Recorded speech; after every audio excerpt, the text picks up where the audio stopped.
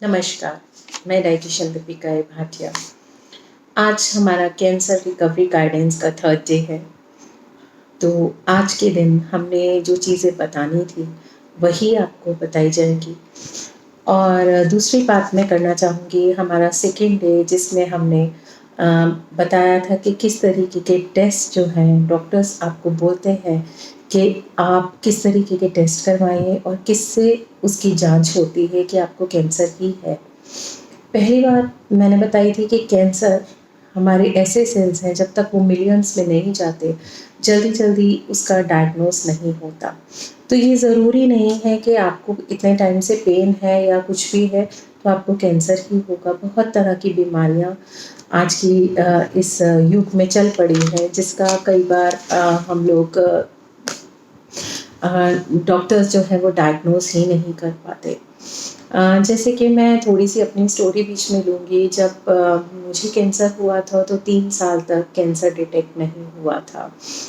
तो जब cancer detect नहीं होता वो पर्सन जो है वो बहुत ज़्यादा नेगेटिव थॉट्स में आ जाता है, उसके पास नेगेटिव थॉट्स होते हैं, बहुत नेगेटिविटी से घिर जाता है और वो खुद ही को ब्लेम देने लग जाता है और सोचता है कि पता नहीं मैंने ऐसा क्या करा जिसकी वजह से मुझे इस तरीके की प्रॉब्लम्स आई। तो एक्चुअली वो जो पेन और वो सब चीज़ें होती हैं वो पर्सन बर्दाश्त नहीं कर पाता और एट द टाइम जब लास्ट टाइम आता है वो टूट जाता है। तो बहुत कम लोग होते हैं जो इस चीज़ से टूटते नहीं हैं। मेरा लास्ट स्टेज था 28 उम्र से मेरी लार्ज इंटेस्टाइन में। आज मैं निकल कर बाहर आ गई हूँ और सिर्फ़ इसी वजह से मैं ये काम कर रही हूँ, आप लोगों तक ये चीज़ पहुँचा रही हूँ ताकि सब लोग अवेयर हो सकें और अच्छी से अच्छी चीज़ें सीख पाएँ, न्यूट्रिशन का महत्व सीख पाएँ कि हमारी ज़िंदगी में न्यूट्रिशन का क्या महत्व है, लाइफ़स्टाइल का क्या महत्व है। और जो चीज़ें मुझे एक्सपीरियंस करनी पड़ी, तो मैं सिर्फ़ यही चाहती हूँ कि किसी को भी वो चीज़ें एक्सपीरियंस नहीं करनी पड़े। दैट्स व्हाई मैं आज ये वीडियोज़ बना रही हूँ। हो सके तो आप आगे ज़रूर शेयर करना और इसके अंदर आप क्वेश्चन ज़रूर पूछना क्योंकि अगर आप क्वेश्चंस नहीं पूछेंगे तो मेरा मनोबल भी टूट जाएगा और मुझे लगेगा कि शायद मैं जो मेहनत कर रही हूँ वो बेकार जा रही है और लोगों तक आप अगर नहीं पहुँचाएँगे इन बातों को तो मेरी मेहनत बेकार जाएगी। जो मैं रोज़ लॉकडाउन के अंदर रोज़ 2 घंटे निकालती हूँ, फिर स्टडी करती हूँ बहुत सारी चीज़ें और जो मेरे पास नॉलेज है, मैं उन चीज़ों को शेयर नहीं कर पाऊँगी और जो एक्सपीरियंस है। तो मेरा आप मनोबल बढ़ाइए और इन चीज़ों को आगे शेयर करिए और क्वेश्चंस को ज़रूर पूछिए क्योंकि आप लोगों के जो दिमाग के अंदर क्वेश्चंस होंगे वो ज़रूर मुझ तक पहुँचेंगे, कमेंट सेक्शन में आप ज़रूर डालिए। तो वो जब मुझ तक पहुँचेंगे तो मैं उनके ऊपर जो मेरा एक्सपीरियंस है वो आप लोगों को बता पाऊँगी। अभी हम चलते हैं reasons behind cancer and health audit के ऊपर। तो अभी शायद आज मैं इतना ही बता पाऊँगी कि इसके पीछे रीज़न्स क्या हैं। तो हेल्थ ऑडिट हम कल कवर अप करेंगे क्योंकि मैं चाहती हूँ कि इसको मैं जल्दी कवर अप कर दूँ। बहुत सारी और चीज़ें करना चाहती हूँ, जितनी ज़िंदगी बची है तो बहुत अच्छे काम करना चाहती हूँ और यही चाहती हूँ कि कैंसर से कोई भी ग्रस्त ना हो और परमात्मा से चाहेंगे कोविड भी हमारी ज़िंदगी से हमेशा चला जाए। तो मैं हमेशा बोलती हूँ इम्यूनिटी का जो अगर बचपन से ही पर्सन के अंदर इम्यूनिटी कम है, यानी कि अगर कैंसर हमारी हेरेडिटी में भी है और इम्यूनिटी कम है, तो 100% है उस पर्सन को कैंसर आ सकता है। लेकिन अगर आप अपनी शुरू से बचपन से इम्यूनिटी पर काम करते हैं, तो उसको कैंसर नहीं आएगा। उसका लाइफ़स्टाइल अच्छा होगा, उसका न्यूट्रिशन अच्छा होगा। एक्चुअली सब डाइट तो लेते हैं, खाना भी अच्छा खाते हैं, लेकिन उनको राइट पोर्शन और राइट चीज़ें नहीं पता होती, किसके साथ क्या लेना है, कॉम्बिनेशंस नहीं पता होते। तो जैसे ही हम आगे-आगे वीडियोज़ चलाएँगे और आगे-आगे सीरीज़ बनाएँगे, तो उस पर मैं इस बारे में भी चर्चा करूँगी कि क्या-क्या डाइट होना चाहिए, किस तरीके के पोर्शन साइज़ होने चाहिए और किस तरीके के कॉम्बिनेशंस होने चाहिए, किसके साथ क्या नहीं खाना चाहिए। तो ये सब चीज़ें ज़रूर बताऊँगी और सप्लीमेंटेशन पर भी हम काम करेंगे। सप्लीमेंट्स कौन से खाने चाहिए? बिकॉज़ जब कैंसर होता है उसके बाद उस पर्सन का मनोबल भी टूटता है और उसको खाने का कुछ मन नहीं करता, उसका एपेटाइट बहुत लॉस हो जाता है। तो हम पहले रीज़न्स ढूँढते हैं, रीज़न्स के बाद मैं आपको बताऊँगी कि कैंसर के होने के रीज़न्स क्या होते हैं। पहले मैंने फर्स्ट पॉइंट आपको बताया हेरेडिटी। हेरेडिटी में 25% आता है, अगर 75% आप अपना लाइफ़स्टाइल और अपना सब कुछ ठीक रखते हैं, तो आपका डीएनए चेंज हो जाता है और कैंसर कभी नहीं आता। दूसरा हम कहेंगे कि आज की डेट में पॉल्यूशन बहुत है और पॉल्यूशन की वजह से भी इस तरीके की चीज़ें आती हैं, रेडिएशंस हैं। तो इस तरीके की चीज़ें जो हैं आज हम ओवन्स यूज़ करते हैं, प्लास्टिक्स यूज़ करते हैं। प्लास्टिक्स का मैं हमेशा मना करती हूँ कि उसके अंदर बीपीओ होता है, बिसफिनॉल करके एक केमिकल होता है जो कि अगर प्लास्टिक गर्म होता है तो भी उसके अंदर जाता है, ठंडा होता है तो भी उसके अंदर जाता है। तो मेरी सबसे दरख्वास्त है कि प्लास्टिक्स आप बिल्कुल यूज़ मत करिए, गर्म के लिए भी, ठंडे के लिए भी। आप स्टोरेज के लिए ज़रूर यूज़ करिए, लेकिन कभी भी आप फ्रिज में अगर आप पानी की बॉटल्स रख रहे हैं, प्लास्टिक की बॉटल्स रख रहे हैं तो वो बहुत गलत है। इवन जो आपका दूध आ रहा है, मार्केट से दूध आ रहा है, कोशिश कीजिए, देखिए हम सारी चीज़ें चेंज नहीं कर सकते, बट अगर मार्केट से दूध आ रहा है तो आप कोशिश कीजिए आते ही आप उसको एक बर्तन में डाल दीजिए और उबलने रख दीजिए। तो इस तरीके की हम सावधानियों से कैंसर जैसी रोग से बच सकते हैं। कुछ वर्कर्स ही ऐसे होते हैं जो केमिकल्स फैक्ट्रीज़ में काम करते हैं, वहाँ भी उन लोगों को ये सब चीज़ें आ सकती हैं। और स्मोकिंग एक बहुत बड़ा कारण है इसका, और अल्कोहल। अल्कोहल से हमारा लिवर जो है वो बिल्कुल ख़राब हो जाता है, जिसकी वजह से लिवर सिरोसिस आता है और इस तरीके की चीज़ें होती हैं। स्मोकिंग अगर कोई बहुत ज़्यादा करता है तो उसके लंग्स ख़राब होने का 99% होता है कि वो कैंसर से ग्रस्त हो सकता है। तीसरा मैंने आपको स्ट्रेस बताया था कि स्ट्रेस से भी कैंसर आता है। अगर आपकी लाइफ में बहुत ज़्यादा स्ट्रेस है और बहुत एंग्ज़ायटी है, बहुत डिप्रेशन है, तो भी कैंसर आ सकता है। तो कैंसर के बहुत सारे आपके पास चीज़ें मिलेंगी जो हमारी लाइफ में एग्ज़िस्ट करती हैं। हम अगर पानी सही नहीं पी रहे और बहुत टाइम तक हम गलत खा पी रहे हैं तब भी कैंसर आएगा, बिकॉज़ ये जो बॉडी बनी है, हमारा जो शरीर बना है, ये 5 तत्वों से बना है और अगर ये 5 तत्व हमारे बैलेंस नहीं होते, जब यहाँ बैलेंसिंग की दिक्कत आएगी वहाँ पर कोई ना कोई रोग ज़रूर आएगा, वहाँ हमारी इम्यूनिटी लो होगी ही होगी। तो ये बहुत सारे रीज़न्स है। ह्यूमन पैपिलोमा वायरस एक बहुत बड़ा रीज़न है कैंसर आने का। तो ये किसी को भी हो सकता है, कहीं से भी आ सकता है ये वायरस। और आज की हम अगर रिसर्च देखें तो पैपिलोमा वायरस बहुत लोगों में पाया जाता है और बहुत तरह का होता है। ये अक्सर सर्वाइकल कैंसर देता है और इसी वजह से मैंने आपको बोला कि प्रिवेंशन ज़रूर करवानी चाहिए। और प्रिवेंशन के लिए पैप स्मीयर टेस्ट सबसे बेस्ट है। अगर आप साल में 6 महीने में एक बार उस टेस्ट को करवा लेते हैं तो आप उस चीज़ से बच सकते हैं। बाकी एक रिसर्च से पता चला है कि जो पैपिलोमा वायरस है, ये हमारे शरीर के अंदर पाया जाता है और हमारे शरीर में कई तरह के कीड़े होते हैं, कई तरीके के वायरसेस होते हैं और कई तरीके के बैक्टीरियाज होते हैं जो हमें पता नहीं चलते। इसीलिए हम स्पेशली बोलते हैं कि आप डिटॉक्स डाइट लीजिए, डिटॉक्सिफिकेशन ज़रूर करिए, उठते ही गर्म पानी ज़रूर पीजिए। लेकिन लोग इस चीज़ को शायद समझना नहीं चाहते कि किस तरीके से हम इन चीज़ों को अपने आप को ठीक रख सकते हैं। डाइटिशियन के पास क्या आपने हमेशा के लिए नहीं जाना है। आप सिर्फ जैसे first class, second class, third class बच्चे पढ़ते हैं, स्कूल के अंदर जाते हैं, कॉलेज के अंदर जाते हैं, बिल्कुल उसी तरीके से आपको नॉलेज लेनी है। और मैं तो मोदी जी से स्पेशल इस चीज़ के लिए दरख्वास्त करने वाली हूँ कि हर स्कूल में न्यूट्रिशन का सब्जेक्ट रखा जाए, ताकि हमारा पूरा जो भारत है वो खूब हेल्दी बने। तो अभी जो मैं बात करने जा रही हूँ, रीज़न्स मैंने आप सब लोगों को बता दिए कि रीज़न्स क्या होते हैं। पोल्यूशन हो सकता है, आपका वर्क शेड्यूल हो सकता है आप बहुत ज़्यादा रात को जागते हैं। जागने की वजह से आपके पूरे हॉर्मोन्स इम्बैलेंस हो जाते हैं। जैसे कि हमने बैलेंसिंग की बात करी, तो यहाँ पर आपका बैलेंसिंग अपनी बॉडी के अंदर होना बहुत ज़रूरी है। बिल्कुल वैसा ही जैसे हम वास्तु में कहते हैं, साइंटिफिक रीज़न क्या है?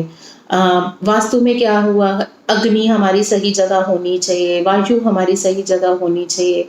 तो इसी तरीके से न्यूट्रिशन यानी कि हमारा जो शरीर है, शरीर का न्यूट्रिशन जो है वो बिल्कुल सही होना चाहिए, उसका पूरे बैलेंसिंग होनी चाहिए। तो बैलेंस हमारे शरीर में 75% पानी है, तो क्या हम उतना पानी पीते हैं?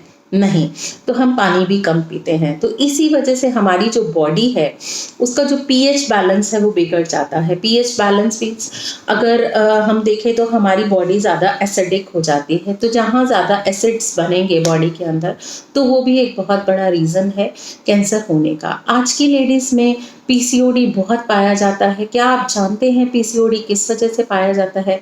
पीसीओडी आपका लाइफस्टाइल है। जब लाइफस्टाइल गड़बड़ होता है, यानी कि आज की लेडीज़ वर्क कर रही हैं, घर से भी करती हैं, बाहर जाकर भी करती हैं, लेकिन वो रात को खूब जागते हैं। तो हम रात को बैठ के काम कर लेंगे, तो रात को ज़्यादा देर जागने से हमारे हार्मोन्स खराब हो जाते हैं, जहाँ पे इम्बैलेंस आ जाता है। इस वजह से पीसीओडी होता है। और पीसीओडी अगर नहीं ट्रीट होता, सही मायने में अगर प्रॉपरली ट्रीट नहीं होता, पहले तो फर्टिलिटी कम हो जाती है, चिन पे बाल आ जाते हैं, इस तरीके की बहुत सारी प्रॉब्लम्स हो जाती हैं। देन अगर वो हार्मोन एचआरटी यानी हार्मोनल ट्रीटमेंट लेती हैं, अगर वो तब भी ठीक नहीं होता, तो पीसीओडी कैंसर का रूप भी ले लेता है। इसी तरीके से थायराइड भी कैंसर का रूप ले लेता है। तो कैंसर कहीं भी हो सकता है। हमारे हार्मोन्स का बैलेंस होना बहुत ज़रूरी है। हमारी बॉडी के अंदर हर तरह का बैलेंस होना बहुत ज़रूरी है। तो ये आप लोगों को समझ आना चाहिए कि रीज़न्स क्या होते हैं इसके पीछे। तो आपको सबसे पहले अपने लाइफस्टाइल पर काम करना पड़ेगा, आपकी इम्यूनिटी पे वर्क करना पड़ेगा। आज इतना वायरस फैल रहा है, कोविड फैल रहा है, तो कोविड एक टोटली ही नॉन लिविंग थिंग है, फिर भी हम उससे डर रहे हैं। कैंसर भी अंदर क्या है, कैंसर के क्या है, वो सेल्स हैं। सेल्स एक जगह इकट्ठे होने शुरू हो जाते हैं, ट्यूमर्स बनने शुरू हो जाते हैं। तो कैंसर क्या है, वो हमारा शरीर ही है, हमारे शरीर के सेल्स हैं जो हमें डैमेज करना शुरू कर देते हैं। फिर हम कभी लीवर का ध्यान नहीं रखते। हम जब इस तरीके की चीज़ें करते हैं तो हमारा मेटाबॉलिज्म बहुत ख़राब हो जाता है। जैसे ही हमारा मेटाबॉलिज्म ख़राब होता है, हमें एसिडिटी की प्रॉब्लम्स आनी शुरू हो जाती हैं, और डाइजेशन से रिलेट होकर हमारी बहुत सारी प्रॉब्लम्स बढ़ जाती हैं। देन हम क्या खाते हैं, डाइजिन खा लेंगे, अजवाइन खा लेंगे, या बहुत सारी चीज़ें खा लेंगे, लेकिन हम उस रूट कॉज तक नहीं पहुंच पाते कि रूट कॉज क्या है। तो कल मैं उसके बारे में भी चर्चा करूंगी कि आफ्टर कैंसर, अगर आपको डॉक्टर ने बोल ही दिया है कि अब कैंसर है, तो कैंसर से डरने की ज़रूरत नहीं है, कैंसर से लड़ने की ज़रूरत है। तो कैंसर से आप लड़ सकते हैं, और जब आप लड़ लेंगे तो 100% है आप बिल्कुल ठीक हो जाएंगे। क्योंकि हम कहते हैं ना, मन के हारे हार है, मन के जीते जीत। तो अगर आपने मन को ही पहले ये एक न्यूरॉन्स को, अपने दिमाग को और मन को एक सिग्नल दे दिया कि मैं तो ठीक ही नहीं हो सकती, अब मुझे कैंसर हो गया है, डॉक्टर ने मुझे डायग्नोज कर दिया है, तो आप कभी लड़ ही नहीं पाएंगे। मान लिया एक बस है, बस के आगे आप आ गए और बहुत तेज़ी से बस आ रही है, क्या आप उससे जंप नहीं करेंगे? क्या आप अपने टेस्ट नहीं करवाएंगे? तो आपको उससे जंप करना ही पड़ेगा बचने के लिए। ये एक हम कुदरती है, हमें कोई मारने लगता है तो रिफ्लेक्स एक्शन शुरू होता है, हम एकदम से हमारा हाथ उठ जाता है एकदम से, तो this is a reflex action.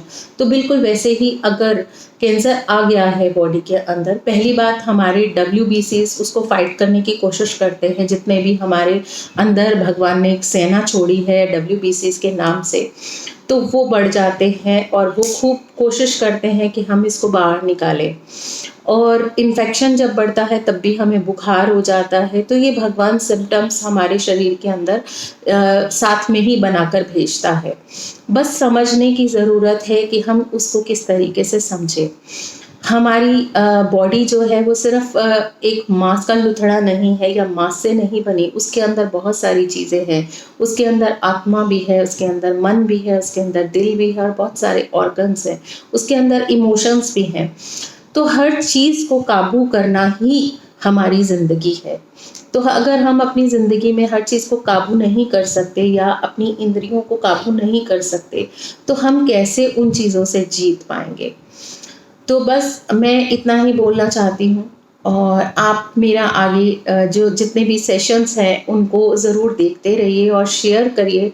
और हम इसमें कैंसर वॉरियर्स को भी लेकर आ रहे हैं जो आपको अपनी स्टोरी बताएंगे और बताएंगे कि किस तरीके से उन्होंने 3rd स्टेज से 4th स्टेज से उसको जीता है कैंसर को। ये स्पेशली मैं उन लोगों के लिए कर रही हूँ जिन लोगों के घरों में कैंसर है, जो बुजुर्ग लोग भी कैंसर से पीड़ित है। आज छोटे छोटे बच्चे वो भी कैंसर से पीड़ित हैं। तो कोविड से शायद कम जाने जाती हैं जितनी कैंसर से जाने जाती हैं। तो आप लोगों के लिए ये सब किया जा रहा है, तो आप लोग इसको आगे से आगे शेयर कीजिए ताकि लोग इस चीज़ को देख सकें। और मैं कोई ऐसी इंसान नहीं हूँ कि आप लोगों को कुछ गलत बताऊं, तो मैं सिर्फ वैसा ही बता रही हूँ जो मैंने एक्सपीरियंस किया। और बीइंग अ डाइटिशियन मैंने न्यूट्रिशन को मिरेकल की तरह देखा।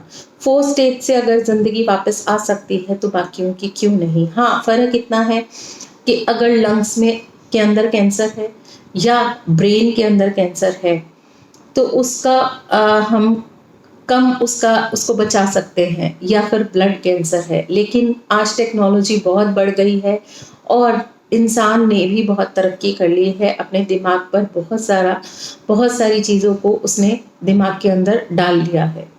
तो अगर हम पॉजिटिव सोचेंगे तो बिल्कुल हम पॉजिटिव हो पाएंगे। अगर हम नेगेटिव सोचेंगे तो हमारा ब्रेन भी हमें वही सिग्नल देगा जो हम नेगेटिव सोच रहे हैं। जिस तरीके से मैंने पहले बताया कि मन के हारे हार, मन के जीते जीत, तो बिल्कुल वैसे ही अगर हमारा मन हार गया तो हम इससे लड़ाई कभी नहीं कर पाएंगे। तो बस मैं ज़्यादा नहीं बोलना चाहती क्योंकि ये जो वीडियोस हैं वो छोटी छोटी शेयर कर पाती हूँ, ज़्यादा बड़ी वीडियोस शेयर नहीं हो पाती, यूट्यूब में नहीं अपलोड होती। तो इस वजह से मैं छोटी छोटी सीरीज़ बना रही हूँ ताकि आप लोगों के घरों तक मेरी आवाज़ पहुँच पाए और मेरी बातें पहुंच पाएँ और मेरा एक्सपीरियंस पहुंच पाए। क्योंकि बहुत लोग कैंसर से जीत कर आ जाते हैं लेकिन वो अपना एक्सपीरियंस बहुत कम शेयर करते हैं। और बहुत लोग हैं जो अच्छे काम करते हैं कैंसर के बाद, तो उन लोगों से भी हम आपको ज़रूर मिलवाएंगे जो कैंसर के बाद जिन्होंने ज़िंदगी ऐसी जी और आज वो कैंसर वॉरियर्स हैं और साथ में बहुत अच्छे काम कर रहे हैं। तो उन लोगों से भी हम मिलवाएंगे, डॉक्टर्स से भी मिलवाएंगे, आपको सबसे मिलवाएंगे। आप हमारे साथ बने रहिए। आसिक प्रयास NGO and BB healthy diet clinic. जय हिंद, गुड इवनिंग।